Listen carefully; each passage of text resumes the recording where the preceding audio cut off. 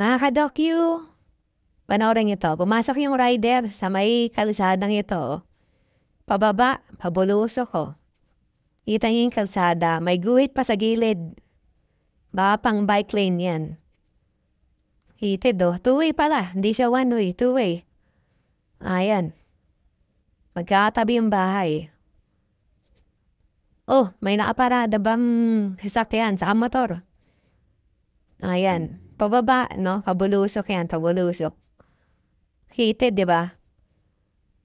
Ayan, no? Heated pa lalo, oh. Magkakatabi na yung building. Eh, nakapark pa mga motor. Ayan, mga sasakyan, nakapark pa. Delikado rito.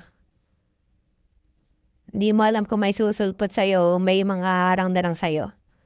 Oh, ayan, oh, di ba? Ayan, lumuwag na yung kalsada. Sa eskinita.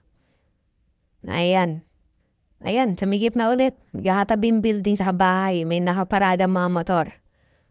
Ayan subscribe tayo mga kadoki.ph. O ayan may mga tricycle pa. Ingat tayo sa mga gantong kalsada.